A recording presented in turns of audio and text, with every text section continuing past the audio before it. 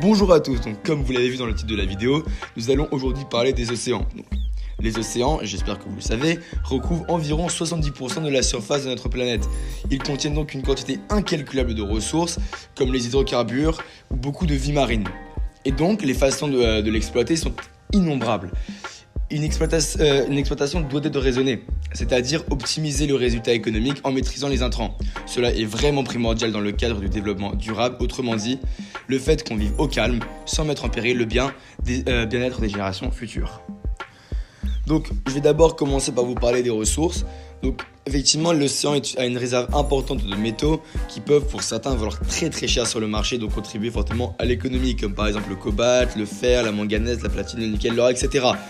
Donc il y a aujourd'hui 34 milliards de tonnes de métal au fond de l'océan Pacifique, parmi lesquels on peut trouver des nodules polymétalliques, qui sont des boules d'environ une dizaine de centimètres de diamètre, qui sont composées de cristaux d'oxyde, de fer, de manganèse, dans lesquels sont incorporés du cuivre, du nickel, du cobalt et même des métaux et des terres rares. On peut aussi trouver beaucoup d'encroûtements qui sont eux aussi, comme les nodules polymétalliques, constitués principalement d'oxyde de fer et de manganèse, enrichis en cobalt, en platine et en tellure. On peut aussi y trouver des sulfures polymétalliques hydrothermaux qui constituent les minéralisations les plus prometteuses en milieu marin. Cela est lié à leur richesse en métaux de base comme le cuivre, le zinc, le plomb et en métaux précieux comme l'argent et l'or, mais également parfois en éléments rares comme l'indium, le sélénium et le germanium. Et last but not least, l'hydrogène en tant qu'énergie renouvelable et ne provoquant aucun effet de serre offre des possibilités incalculables pour pouvoir résoudre des problèmes environnementaux. Alors, une des ressources qui nous pousse à exploiter les océans, c'est la grande présence de terres rares.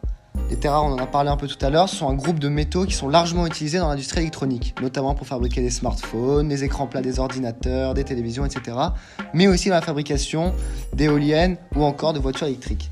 D'ailleurs, un large gisement a encore été découvert au fond du Pacifique par des chercheurs japonais.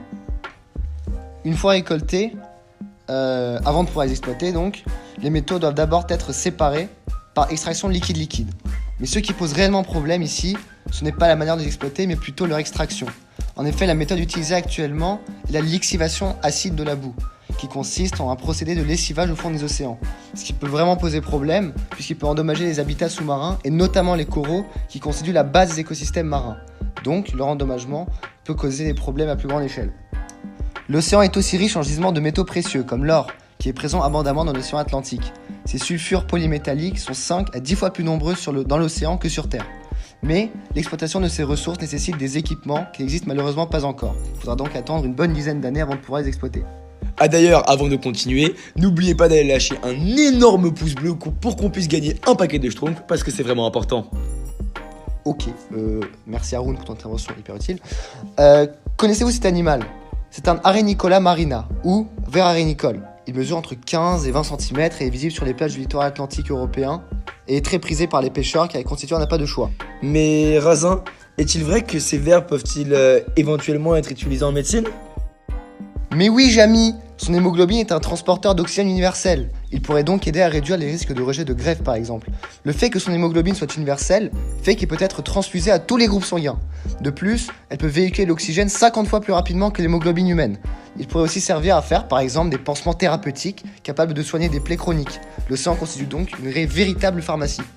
Bien sûr, nous ne pouvons pas faire cette vidéo sans vous parler des risques et des problèmes générés par cette exploitation des océans. Donc effectivement, mais le problème c'est que ces risques sont souvent totalement ignorés ou même minimisés par les exploitants.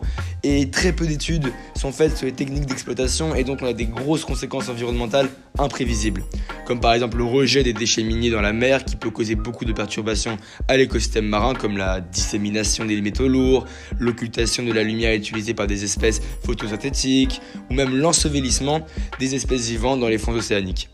De plus, le brassage, le grattage et autres modifications physico-chimiques des fonds marins pourraient déstabiliser irrémédiablement les écosystèmes dont on connaît mal la capacité de résilience. Aussi, les animaux qui habitent ces fonds marins ont des résiliences extrêmement longues, de par le fait qu'ils sont souvent des espèces pluricentenaires. Et la stabilité des plaines abyssales fait que les organismes qui les peuplent sont très fragiles face à des perturbations auxquelles ils ne sont pas préparés. Je vais maintenant vous énoncer les différentes dates d'épuisement des richesses des océans à la vitesse où on les consomme. Donc par exemple l'argent qui devrait s'épuiser en 2021, le cuivre en 2039, l'or et le zinc en 2025, le nickel en 2048. Le seul minéral qui semble survivre encore pendant un bon bout de temps serait le cobalt, qui est estimé de s'épuiser en environ l'an 2120. Bon, pour résumer, l'exploitation des fonds marins et des ressources des océans peut bénéficier grandement à l'économie mondiale. Cependant, on doit vraiment faire attention à ne pas reproduire les mêmes erreurs que dans le passé et exploiter de façon intelligente, raisonnable et surtout à long terme les ressources qui nous sont offertes.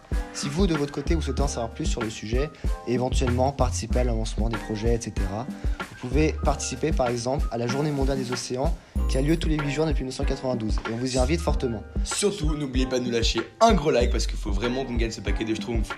Et sur ce, bye. Au revoir.